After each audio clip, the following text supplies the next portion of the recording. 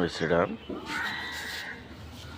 టమాటాలలో రకరకాలు ఉంటాయండి. ఇది కాశీ టమాటా చూడండి ఎంత బాగుందో. ఇది మదనపల్లి టమాటా.